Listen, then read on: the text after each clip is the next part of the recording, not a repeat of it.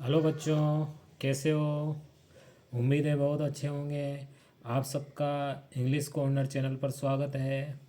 आज हम एक छोटी सी स्टोरी पढ़ने जा रहे हैं जिसका टाइटल है थ्रस्टी क्रो। थ्रस्टी यानी द थ्रस्टी क्रो। थ्रस्टी यानी क्या होता है? प्यासा।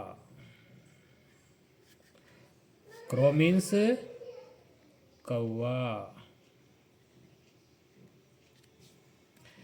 यानी आज अपन जो स्टोरी पढ़ेंगे उसका शीर्षक है प्यासा कौवा। चलो अब शुरू करते हैं। Once there was a crow. Once, once यानी वंस देहर, एक बार।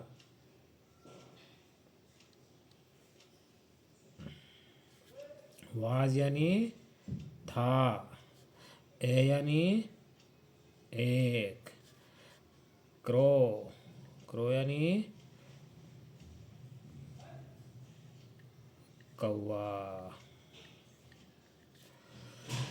तो इसका पूरी लाइन का अर्थ ये होगा कि एक बार एक कौवा था। एक बार एक कौवा था। ठीक है। It was very thirsty. It means वह। वाज यानी था। वेरी यानी बहुत। It was very thirsty. It यानी वह। वाज यानी था। वेरी यानी बहुत।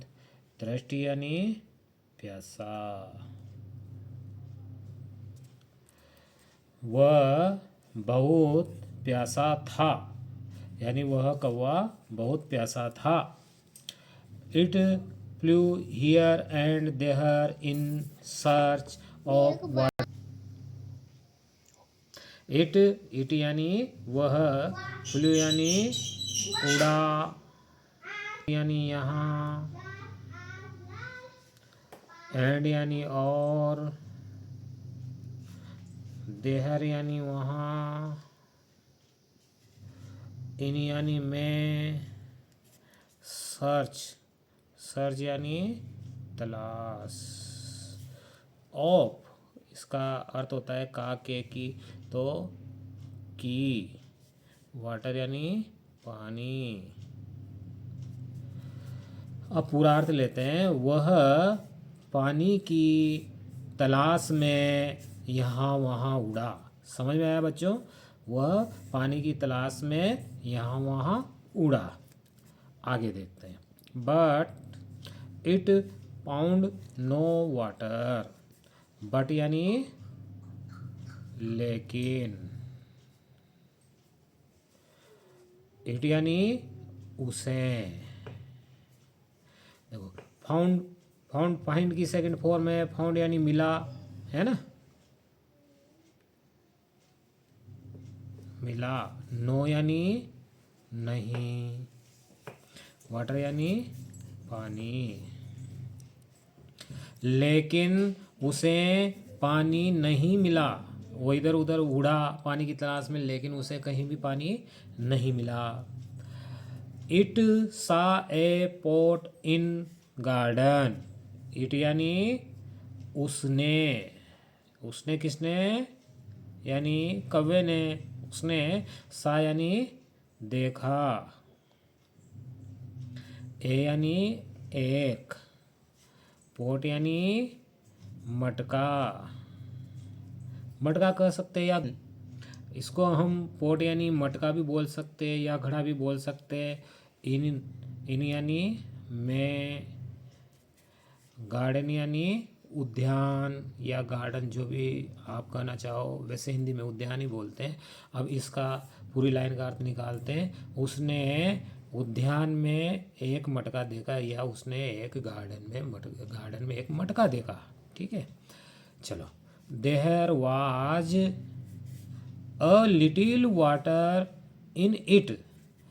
देहर, देहर से वाक्य शुरू हुआ है। देयर वाज, वहाँ था, यूँ भी बोल सकते हैं, या फिर वाज यानी था। देर से वाक्य शुरुआत, इसका मतलब कोई अर्थ न निकले तो भी अपना वाक्य पूरा हो जाएगा। अ लिटिल के साथ जोड़ते हुए, जैसे लिटिल यानी थोड़ा होता है, लेकिन अ लिटिल यानी बहुत थोड़ा, तो इसका एक साथ अर्थ ले लेंगे बहुत थोड़ा या बहुत बहुत कम। वाटर यानी पानी, इन यानी में, इट यानी उसमें।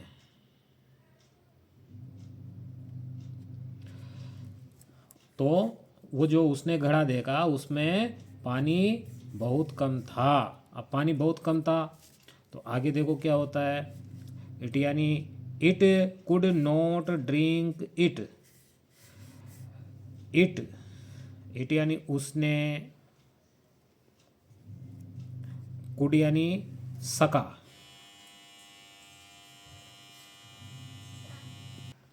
इट यानी उसने या वह, it could not drink it. It यानी वह या उसने, तो यहाँ पर वह अर्थ लेंगे अपन। कुड यानी सका, नॉट यानी नहीं, ड्रिंक यानी पीना होता है, किसी चीज़ को पीना, इट यानी उसे, उसे मतलब पानी को, है ना। तो वह उसे नहीं पी सका। अब क्यों नहीं पी सका, उसका कुछ कारण था जो ऊपर आया कि उसमें पानी बहुत कम था, है ना। तो वो नहीं पी सका, तो कुछ उसने आगे उपाय किया, उसके बारे में देखते हैं। It thought of A plan. It यानी यहाँ पर देखो ये उसने, है ना, अपन यहाँ लेंगे उसने थॉट ऑफ, सोचा, थॉट ऑफ का अर्थ होगा यहाँ पे सोचा, ए प्लान उपाय, है ना, उसने एक उपाय सोचा। It put some pebbles into it.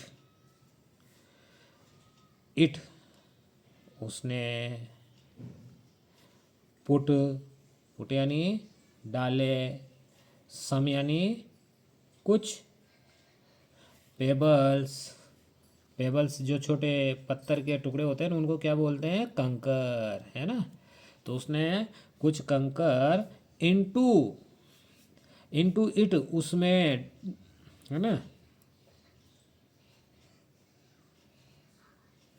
Into it, इसको एक साथ ही लेंगे उसमें। तो उसने कुछ कंकर उसमें डाले, ठीक है। अब उसने जब कंकर डाला तो क्या हुआ होगा आगे देखते हैं। The water rose up. The water यानी पानी, वाटर यानी पानी, द आर्टिकल लगा हुआ है इसमें, तो उसका भी अर्थ वही पानी होगा। रोज अप एक साथ इसका अर्थ लेंगे, रोज अप यानी ऊपर आया,